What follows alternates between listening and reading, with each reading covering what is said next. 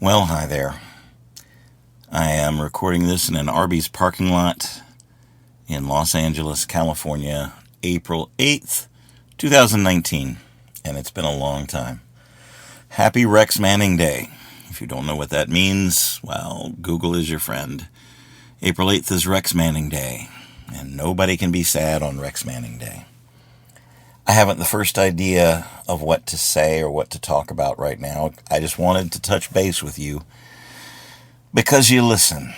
Because I can talk and you'll listen and maybe you'll nod and maybe you'll laugh at my predicaments and maybe you'll just be a friend and listen a little deeper.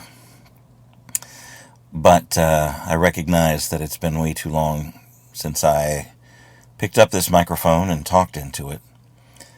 I have started a secondary podcast within the past few days, and it's simply going to be quietly read or quietly recited poems that I've written, stories that I've written, pros and cons that I have created. Read as a kind of an ASMR relaxation. Stories to listen to as you're trying to go to sleep. Some stories to listen to as you're trying to calm down. Something to try to put some of the love I have out there. I am in LA. I am still in LA. It's been over a year now since I made the fabulous journey from North Carolina to here. Business is good. Business is fine. Art is good.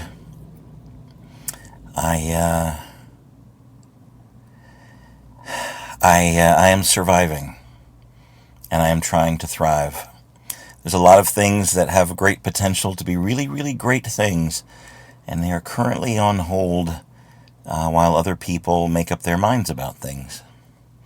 One of the greatest honors I have ever received in my life, the Academy of Magical Arts, and their clubhouse, the Magic Castle in Hollywood, California, have nominated me as Close-Up Magician of the Year for the Academy. One of only 5. I did not expect this honor. It wasn't something I was working towards. It wasn't a goal that I had in my life. But my peers, my fellow magicians, the people that are members of the Academy looked at the work that I did and felt it worthy of a nomination for Close-Up Magician of the Year. The voting is over. I could literally say anything about the award and about awards in general and about artist competition. And I may venture into that because, like I said, I have no idea of what I got on here to say. But I will say this. It's not a competition like I said. I'm going to try to get into it and beat other magicians with the work that I do, with having a better program. This was simply a group of women and men who love my craft and who exercise and perform my craft, saying to me, we like what you did, and so we've nominated you for this award. And if I win or if I don't win, because there aren't any losers in this, there's a whole other chapter I could talk about right there, but whether I win or whether I do not win, I have been nominated. I am in the top 5 of what my genuine peer group thinks of as the top 5 performers at the Magic Castle over the past year. What else can I say about that? The awards are going to be given out at a banquet on Star Wars Day, May the 4th. And I am looking forward to that. I'm going to attend with a friend. I'm not going to be attending with the person that I wish I could attend with, but that's a whole long, ugly other story. And it's best for right now. It's just not possible. It is not possible for me to attend with the person that I want to. Call it logistics, call it geography, just call it bad timing. It is what it is. I'm not going to be upset about it. I'm upset about way too many things these days, and the podcast and the things that I'm going to be writing about and the blogs and picking the pen up and just writing is going to be part of the therapy of this. It's going to be part of me not being upset about certain things anymore and just letting it go. And speaking it out and not filtering myself as if I've ever filtered myself before. I'm simply not going to do that. I have charted a course to start a new life. I came and I planted my flag and I started that life, and I am living it with very little compromise as to what my vision is, as to what I want to do. I have been recognized by my peers. The castle itself is considering a program with which to hire me.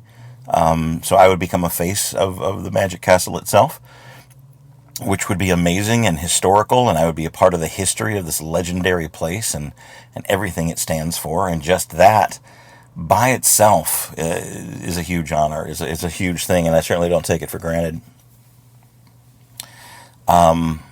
New clients, old clients, business is fine. I am paying my bills. I am taking care of my responsibilities for the most part. I am surviving. I'm taking all the love and the pain and everything else that's happened to me, and I'm putting it out into the universe to, one, let people know that the state of the world right now, a lot of people are walking around angry. And I looked at angry and wondered if I ought to try it on, and I can't. I really can't. It translates back out to me for sad instead of angry. I feel sad about the way people are treating each other and the way that people are looking away from. And maybe I want to be more angry. Maybe I ought to be more proactive. But my idea of being proactive and trying to change things is to show a different way, is to show love and compassion and kindness and all the things that make me who I am, or at least who I think I am. And try to show that that's the better way, and do that even if it's one person at a time, even if it's just a small group of people in a room where I'm doing card tricks. That's, it's gonna have to be enough. I'm working as hard as I can to put these things out there. It doesn't matter how humble your gift is. You can find a way to use it to uplift, inspire, and do well for those people who can't do for themselves. And that includes people who you don't think show enough love and compassion for their fellow man. Okay, I know there's a big us and them atmosphere, attitude about everything that's going on in the world, but it really is us. I mean, it is us and us. And I believe a little bit differently than you believe, and there are people who don't have enough compassion for their fellow people, for their fellow human beings. And that's not to be so much reviled as it is to be pitied, and it is to say, to show that love is a better way, that compassion and kindness and doing, and at least trying to do for those who can't. I mean, there are people who can't find it in themselves to love. And the only solution that I know is to feed them more love. Not a terribly violent person. I'm not a terribly angry person. Maybe I put my heart out there too much. Maybe I wear my emotions too much out on my sleeve. Maybe I talk about my depression too much. Maybe I had a friend suggest to me that they had a thought about, maybe I'm just pretending to be depressed. And then I thought, no, that's my depression being depressed. Saying, oh, I'm not good enough to actually be in a sad state all the time. That's silliness. I do love, and I do have love given my way. And I have affection back in my life. It's rare, and it's once in a while, but it's beautiful, and it's right, and it's real loving, and it's kindness, and it's someone who leans on me, and there's trouble with it. There's not from either of us, but from outside forces, and so we love anyway. It's like the line in Hamilton: "We keep loving anyway," and that's all we know to do. And it's good, and it's beautiful, and it's warm, and it's calming when it comes, and it always comes right on time. I've been very creative. I've done a bunch of new stuff. There's things on YouTube. I've been doing a little bit more of the video diary there, and that's going to continue. And I hope my goal, my want, my desire is to put out a story or two on, it's called A Little Spider. I will post a link to it here in the description of this podcast. I have not put that one out to the iTunes and the Spreakers and the Blueberries and all the other podcasting channels yet. I want to give it a little more substance before I throw it out there. But my plan is to do a couple of stories a week, one or two, of just me flat out reading, if that's what it takes, or free thinking in a story form more so than I do on here, as a way of putting out calming type stuff, and then getting back to this coming out every Tuesday. This is my goal, to have this out every Tuesday, come hell or high water, and do the video diary once a week. I mean, it's ambitious, given everything else that's going on in the schedule, but there's a lot of times that I've found myself not practicing, not rehearsing, not constructive dreaming in the way that I create, but just staring at a wall, and that's not productive and it's not healthy. And my therapist has given me some exercises to take care of that, and there's books that I'm reading on being more proactively creative. I'm not in particularly looking to make more money, but I would like to be more successful in the things that I create, and the routines and the storylines and the magic and everything else that it does. I'm so grateful. If it sounds like I'm complaining, I'm really not. I sit here. Sometimes I'm paralyzed by the gratitude that I have of the life that's been handed to me. And holy shit, can I say that? Holy shit, it's been hard. And there have been times I've been right down with my face in the dirt that has hit me so hard that I couldn't do anything else. I've been to the very bottom. And I live in a 15 by 15 foot room, and I count myself grateful for that. I have access to the most creative atmosphere and most historical atmosphere in the world, really, and I'm ever so grateful. And there is Sarah in my life who listens and enjoys being listened to, and likes to hold my hand. How about that, huh? If it's just that small display of affection that means the entire world, she likes to hold my hand. Call me crazy, call me overtly romantic, call me whatever you want to. We listen to each other and we bear each other up. And that's great. And not to sound cavalier about it, but it's good enough for me right now. I have been betrayed. I have been lied to by the people I considered my best friends.